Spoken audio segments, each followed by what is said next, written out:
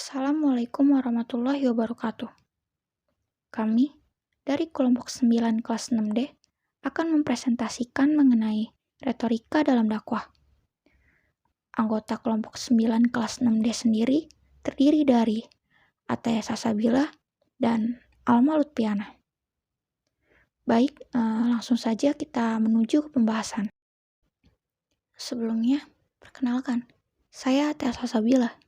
Di sini, saya akan menjadi pemateri pertama. Seorang pembicara dituntut untuk mampu menarik perhatian jemaah atau pendengarnya.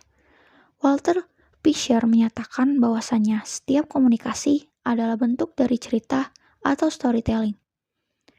Jika seseorang mampu bercerita, sesungguhnya ia mempunyai potensi untuk berceramah atau berdakwah sebagai mubalik. Istilah dakwah sendiri berasal dari bahasa Arab yang artinya mengajak atau menyuruh. Lebih jelasnya, dakwah adalah aktivitas yang dapat mengubah situasi kondisi yang tidak sesuai dengan Islam menjadi sesuai dengan ajaran Islam.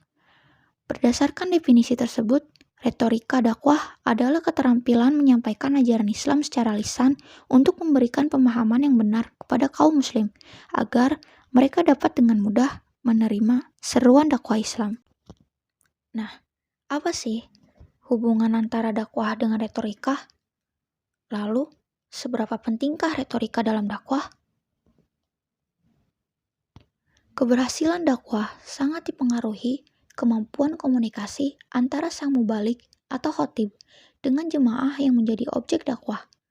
Oleh karena itu, kemampuan dalam beretorika sangat diperlukan agar dakwah berlangsung dengan efektif, memikat, menyentuh akal, dan tentunya menyentuh hati jemaah. Tujuan retorika dalam kaitannya dengan dakwah yang paling penting adalah mempengaruhi audiens. Syekh Muhammad Abduh membagi jemaah menjadi 3 golongan. Yang pertama adalah golongan cerdik cendekiawan. Mereka adalah orang-orang yang cinta kebenaran, berpikir kritis, dan cepat tanggap. Nah, mereka harus dihadapi dengan hikmah, yaitu dengan alasan-alasan, dalil, dan hujah yang dapat diterima oleh kekuatan akal mereka. Yang kedua adalah golongan awam. Mereka adalah orang yang belum dapat berpikir kritis dan mendalam. Mereka juga belum dapat menangkap pengertian yang tinggi. Nah, mereka dipanggil dengan mau'izatul hasanah, dengan ajaran dan didikan yang baik dan mudah dipahami. Yang ketiga adalah golongan yang tingkat kecerdasannya di antara kedua golongan tersebut. Mereka dipanggil dengan mujadalah bilatihi ahsan, yaitu dengan bertukar pikiran guna mendorong mereka untuk berpikir secara sehat. Dalam rangka memahami retorika di hadapan umum, diperlukan pegangan sebagai berikut. Yang pertama, kemahiran berbicara di hadapan umum dapat dipelajari sebagaimana ilmu pengetahuan dengan syarat disertai latihan-latihan, walaupun unsur nativisme atau bakat ikut menunjang. Yang kedua, semua pedoman di atas bergantung pada para penutur untuk diolah, divariasikan dengan berbagai cara sesuai dengan pengalaman yang diperolehnya. Yang ketiga, kunci suksesnya bergantung pada pribadi pembicara. Apabila pembicara memiliki reputasi pandangan, loyalitas, integritas, dan semangat yang baik, serta sifat-sifat lain yang terpercaya, pembicara akan mampu untuk memengaruhi orang lain dengan jalan pendekatan persuasi, agar yang diajak bicara tertarik, memahami, kemudian tergerak pada tindakan yang dikehendaki. Untuk selanjutnya akan dijelaskan oleh pemateri kedua, yaitu Alma Lutfiana. Saya akan melanjutkan materi mengenai dakwah dalam konstruksi keilmuan. Pemikiran yang sistematis terhadap dakwah dan pengembangan dakwah telah melahirkan ilmu dakwah, yaitu dakwah dalam bentuk teoretis. Dalam literatur klasik, pembahasan ilmu dakwah secara sistematis belum dikenal, kecuali sebatas dakwah sebagai prinsip-prinsip menegakkan amar ma'ruf dan nahi munkar, serta sebagai kegiatan memelihara dan membina masyarakat Islam. Tanpa adanya dakwah, maka masyarakat muslim tidak dimungkinkan keberadaannya.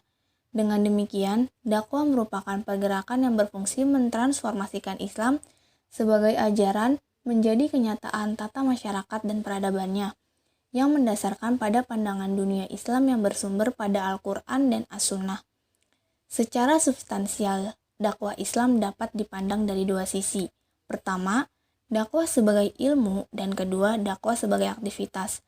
Sebagai ilmu, dakwah merupakan kesatuan pengetahuan yang tersusun secara sistematis yang antar bagiannya saling berhubungan dan memiliki tujuan tertentu yang bersifat teoritis maupun praktis. Sedangkan dakwah sebagai aktivitas hakikatnya merupakan pergerakan transformasi Islam menjadi tatanan kehidupan pribadi, keluarga, jamaah, dan ummah atau daulah. Pembahasan dakwah dipandang sebagai bagian dari usuluddin yang sebagaimana tercermin dalam pembahasan amar ma'ruf nahi munkar dalam Mu'tazilah, menjadi bagian pembahasan dalam fikih sebagaimana tercermin dalam pemikiran Syiah dan menjadi bagian muamalah di kalangan Sunni sebagaimana tercermin dalam pemikiran Al-Ghazali dalam Ihya Ulumuddin. Sampai awal abad ke-20, perkembangan ilmu dakwah telah mencapai tahap sistematis, tetapi belum sampai ke tahap ilmiah. Tahap ini menjadi tahap transisi atau tahap pengetahuan antara tahap klasik ke tahap ilmiah. Sebagai ilmu, dakwah merupakan kesatuan pengetahuan yang tersusun secara sistematis yang antar bagiannya saling berhubungan dan memiliki tujuan tertentu, baik bersifat teoretis maupun praktis. Masyarakat luas memiliki perhatian besar terhadap pelaksanaan dakwah Islam yang memunculkan budaya ilmiah, seperti seminar, diskusi, serta pertemuan ilmiah lainnya yang secara khusus membicarakan masalah yang berkenaan dengan dakwah. Baik, selanjutnya terdapat fungsi ilmu pengetahuan pada ilmu dakwah. RBS Fudyartanta mengemukakan bahwa terdapat 4 fungsi ilmu pengetahuan di dalam dakwah. Yang pertama, fungsi deskriptif, yang kedua, fungsi pengembangan, yang ketiga, fungsi prediksi, dan yang keempat, fungsi kontrol. Yang pertama, terdapat fungsi deskriptif. Fungsi deskriptif dalam dakwah mencakup sumber datangnya perintah dakwah, kepada siapa diperintahkan, dan meliputi hal apa dalam perintah tersebut. Hal tersebut sudah diajarkan dalam Al-Quran dan As-Sunnah. Para sahabat dan ulama pun menjelaskan, menerangkan, serta mendeskripsikan. Yang kedua, fungsi pengembangan. Dakwah dijelaskan dari kajian-kajian terdahulu sampai kini, dari para ulama yang saling mengisi menjadi gugusan pengetahuan yang sangat berharga bagi pengembangan ilmu dakwah. Yang ketiga, fungsi prediksi. Ilmu dakwah menyusun berbagai metode dakwah yang dapat diterapkan pada masa-masa mendatang, mengingat perkembangan sosial, politik, ilmu, dan teknologi yang membutuhkan pengembangan metodologi dakwah dengan perubahan pada masa yang akan datang yang menuntut perkembangan ilmu dakwah. Yang terakhir, terdapat fungsi kontrol. Ulama perlu meneliti setiap segmen dakwah yang berpengaruh pada masa yang akan datang.